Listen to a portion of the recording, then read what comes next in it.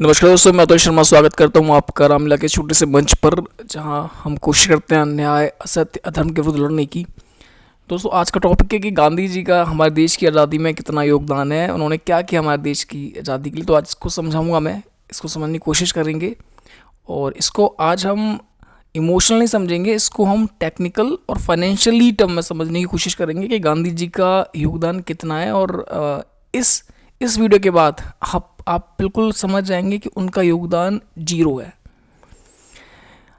आज से 1000 साल पहले जब मुसलमान इस देश में नहीं आए थे, तो यहाँ पर राजाओं रजवाड़ों का राज्य था। छोटे छोटे क्षेत्रों पर एक एक राजा का अधिकार था, और हर एक राजा अपनी जनता की प्रजा की भलाई के लिए काम करता था, उनसे कर लेता था और उनके लिए काम भी करता था। तो देश हमेशा बटा रहा है, और कभी एक नहीं हुआ 1000 साल पहले तक। इतने में इस देश पर नज़र पड़ती है मुसलमानों की। वो आना शुरू कर देते हैं जब उन्हें पता है कि राजा है, ये जो पूरा क्षेत्र है बहुत ही खुशहाल है, संपन्न है, पर ये बटा हुआ है छोटे छोटे राजाओं रजवाड़ों में। तो एक एक करके राजाओं पर आक्रमण करना शुरू कर देते हैं, सबको जीतना शुरू करते हैं धीरे धीरे करके। जो जो देश विविधता में एकता था, जहाँ बहुत सारे राजा रजवाड़ी हुआ करते थे, धीरे धीरे वो अपने राज हारने लगते हैं, मुसलमान को जीत लेते हैं और एक बड़े भूभाग पर बिल्कुल कब्जा कर लेते हैं। और तरह तरह के यहाँ पर जो टॉर्चर करते हैं यहाँ की पब्लिक को, यहाँ की जनता को, जो कि पहले बहुत खुशहाल थी, और जो भी सामान था वो लूटना शुरू कर देते हैं, लूट मार उन्हें शुरू कर देते हैं। मुसलमान आते हैं, 1000 साल तक लूटते हैं। उसके बाद हमारे भारतवर्ष में नज़र पड़ती है अंग्रेज़ों की, जो कि 200 साल 250 साल पहले आए थे। जब उन्हें पता लगता है कि यहाँ पर बहुत सा खुशहाली है, संपन्नता है। मुसलमानों के लूटने के बाद भी देखिए यहाँ पे बहुत पैसा था, बहुत संपन्नता, खुशहाली थी। जब उनकी नज़र पड़ती है कि भारतवर्ष एक खुशहाल संपन्न देश, अब भी यहाँ लूटने को बहुत कुछ है, तो वो फिर आते हैं अपनी सेना लेकर, ईस्ट इंडिया कंपनी को यहाँ बिठाते हैं। और धीरे धीरे करके जो मुसलमान जो यहाँ पर थे, आधिपत्य था, धीरे धीरे एक एक मुसलमान का वो कत्लेआम शुरू करते हैं कि जब तक ये रहेंगे हम भारतवर्ष को लूट नहीं पाएंगे, सबसे पहले इनको यहाँ से ख़त्म करना ज़रूरी है। और वो धीरे धीरे जितने भी मुस्लिम जो यहाँ पर जो राज कर रहे थे, जो भी सरदार थे, उनको एक एक करके मारना शुरू कर देते हैं। और जब तक मार देते हैं, जब तक कि मुग़ल वंश का जो आखिरी शासक था 1857 में, जिसको उन्होंने फांसी ना दे दी, उसके बच्चों को ही मार दिया दिल्ली में और सबको ख़त्म कर दिया। तो यहाँ तक वो डी एंड हो जाता है। अब उन्हें लगता है कि अब हमारे यहाँ पर अधिकार हो गया है। उसके बाद वो यहाँ पर अपनी टैक्स व्यवस्था लागू करते हैं, टैक्स लेना शुरू करते हैं, और जो भी भारतवर्ष के रिसोर्सेज थे, जो भी चीज़ें थी, वो यहाँ से अपने देश वापस इंग्लैंड ले जाना शुरू कर देते हैं। तो अब देखिए कितने साल मुसलमानों ने लूटा और कितने साल अंग्रेज़ों ने लूटा।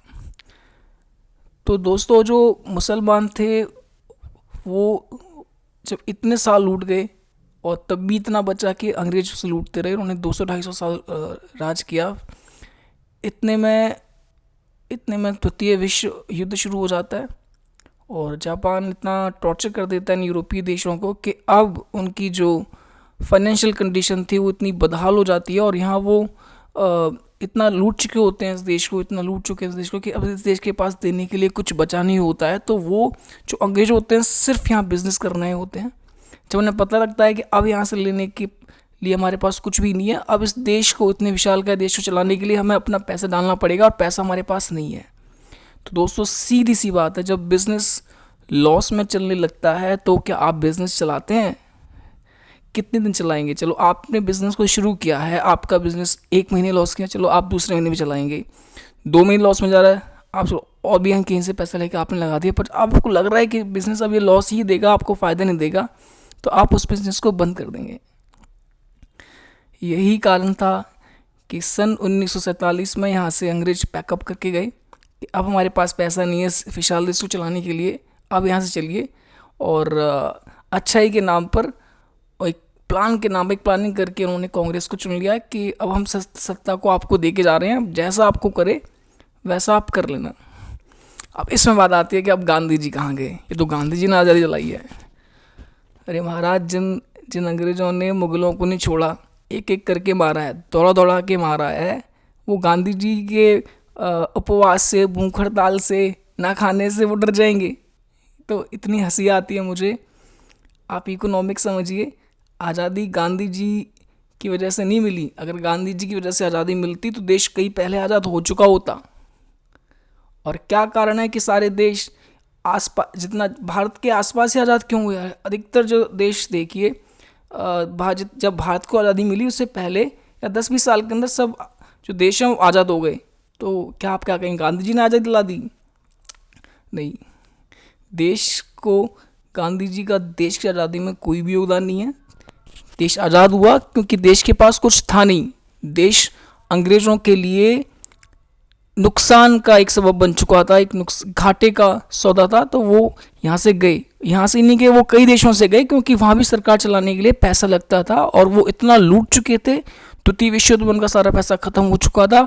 अब उनके लिए शासन चलाना बिल्कुल ही लॉस का सामान था, लॉस का सौदा था। अब यहाँ कहते हैं गांधी जी भूख हड़ताल पर बैठ गए तो अंग्रेज डर गए। अरे भाई साहब, उन्होंने तो जो मुगल, जिन्होंने पूरे भारत पर कब्जा कर रखा था अधिकतर, जब उनको वो दौड़ा दौड़ा के मार सकते हैं, उनके एक एक बच्चे को मार सकते हैं। गांधी जी क्या थे उनके लिए? एक गोली चलवानी थी उनको गांधी जी पर गांधी जी सिर्फ उनके बैठाए हुए कांग्रेस के एक प्यादे थे कि जब जाएंगे तो सत्ता किसको दे के जाएंगे। तो उन्होंने गांधी जी को रख रखा था कि ऐसे ऐसे हम ट्रांसफ़र करके जाएंगे ताकि लोगों को लगे कि हाँ अंग्रेज चले गए, बहुत अच्छी तरीके से गए हैं और इन्होंने हमारा राजपाट वापस कर दिया। तो मैं बस ये कहना चाहता हूँ कि भारत की आज़ादी में गांधी जी का कोई योगदान नहीं है। अगर गांधी जी का योगदान होता तो उसी समय सारे देश क्यों आज़ाद हुए? ये सिर्फ एक फाइनेंशियल टर्म है कि जब बिज़नेस लॉस में जाता है तो आप उसे बंद कर देते हैं। बस ये दिखावा होता है कि आपने ट्रांसफ़र कर दिया कि आप संभालो।